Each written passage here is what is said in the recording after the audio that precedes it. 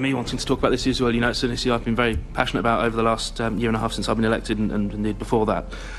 So on Friday, on a scale of 1 to 10, how mindful do you think the chants like globalise the Intifada? I'm really happy to play semantics with the Reform Party all day long. If we're going to compare and contrast words we use in terms of public discourse. London just witnessed one of the most intense political showdowns in years. What happened in that room has Jewish families across the city asking one simple question: does anyone actually care about our safety? On October 1st, 2025, it was Yom Kippur, the most important day in the Jewish calendar, a day when Jewish people around the world reflect and pray. But in Manchester, something terrible happened. A synagogue was attacked. Jewish families locked their doors and stayed inside. They were terrified. The Prime Minister spoke up. The Home Secretary spoke up. The Education Secretary spoke up. They all said the same thing: pause the protests this weekend. Show some respect. Show some humanity. But Sadiq Khan, the mayor of London, he just asked people to be mindful. That's it. Be mindful. Fast forward to this week. Assembly member Alex Wilson decided he had enough. In a public hearing, he looked directly at the mayor and asked him a question that made the entire room go silent. Wilson said, on a scale of 1 to 10,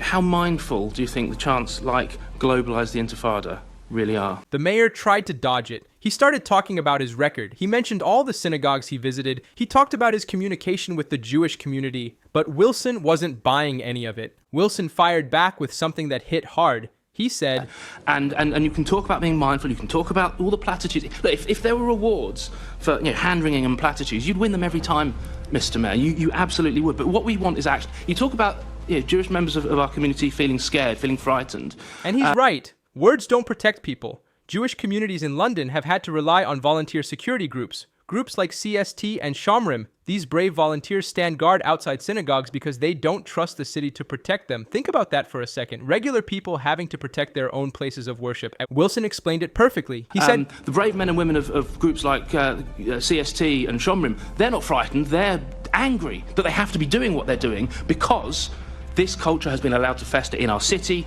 in our country, and we saw what happened on Thursday last week when it's not nipped in the bud. Then Wilson brought up something huge. He told the mayor that he has powers under the Public Order Act, powers to stop marches when they cross the line into violence. Wilson made it clear nobody wants to stop peaceful protests. But when protests turn into hatred, when they lead to real violence like what happened last Thursday, that's when the mayor needs to step in. The mayor shot back immediately. He said, because it encourages, it mainstream, it normalizes hatred, which is why, for example, last summer, when there were race riots across the country and they weren't in London, I spent a lot of time with the Jewish community, the Muslim community, and others showing solidarity as well. But does he understand? Khan reminded everyone that hate against Jewish people didn't just start recently. It's been around forever. He talked about all the money he spent on education programs. He mentioned his visits to synagogues long before this crisis started. He was basically saying, I've been doing my job all along. But then the mayor did something unexpected. He turned it around on Wilson. He asked, solidarity as well. But does he understand the ripples of fear that marches in the centre of London organised by the far right lead to Jewish families, lead to Muslim families, lead to black families? Wilson interrupted him. He said, Mr. Mayor, you're asking me a question. I'm happy to swap places if you'd like. The tension in that room was thick. You could feel it. The mayor kept pushing. He said, I want every Londoner to feel loved or wanted, whether you're a member of the Reform. Well, I'm sorry you feel that way, but, the Reform Party did sound at the last mayoral election. Then he took a shot at Wilson's party. He pointed out that Reform only had one candidate in the last mayoral election, Wilson himself, and now they have another member who didn't even win as a Reform candidate, and the exchange ended there. But the damage was done. Wilson's supporters say the mayor avoided taking responsibility. The mayor's supporters say he exposed Reform's own problems with hate speech. But here's what everyone agrees on. Jewish Londoners are scared. 2 years of protests, 2 years of angry chants, and now a terrorist attack on a synagogue. The community feels abandoned.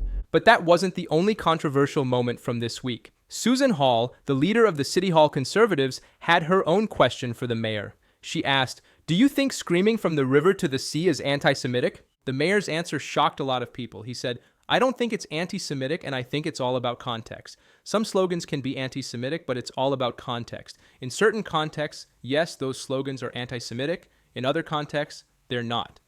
Let me explain what this phrase means. From the river to the sea refers to the land between the River Jordan and the Mediterranean Sea. That's where the entire state of Israel is located. Critics say this chant is calling for Israel to be wiped off the map. Pro-Palestinian groups say it's about freedom for Palestinians in the West Bank and Gaza, but many Jewish people hear it as a threat to their very existence. Sir James Cleverly, the Shadow Community's secretary, didn't hold back. He said, "From the river to the sea is a chant that calls for wiping the world's only Jewish state from the map. It is patently absurd to claim it is not anti-Semitic." Against a backdrop of regular hate marches on the streets of London, Sadiq Khan has once again let the capital's Jewish community down. Lord Austin, a former Labour minister who fights against hate toward Jewish people, was even stronger. He said, "Let's be clear, this chant calls for the destruction of Israel and the murder of millions of its Jewish citizens. These are the same people also called to globalize the Intifada, which is incitement to kill Jews here in Britain. It is deeply disturbing that the mayor is siding with these racists and bigots."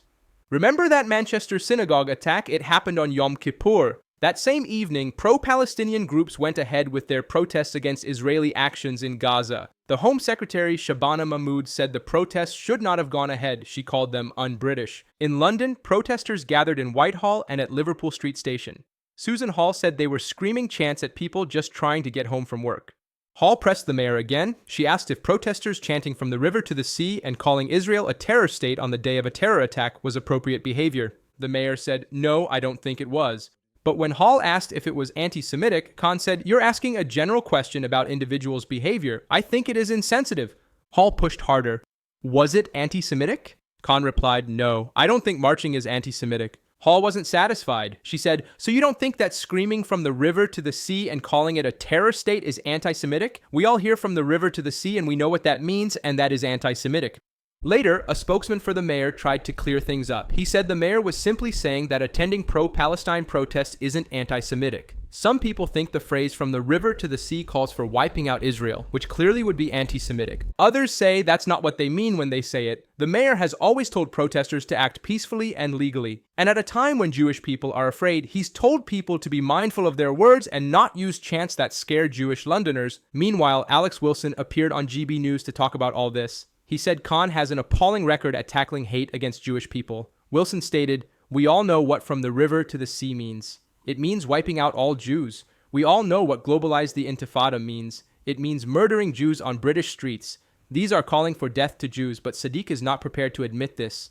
Chris Philp, the Shadow Home Secretary, added, "Calling for the complete destruction of Israel, a state established with UN approval, is a hateful and extremist message. As the world's only Jewish state, it has obviously anti-Semitic overtones. This isn't just about politics anymore."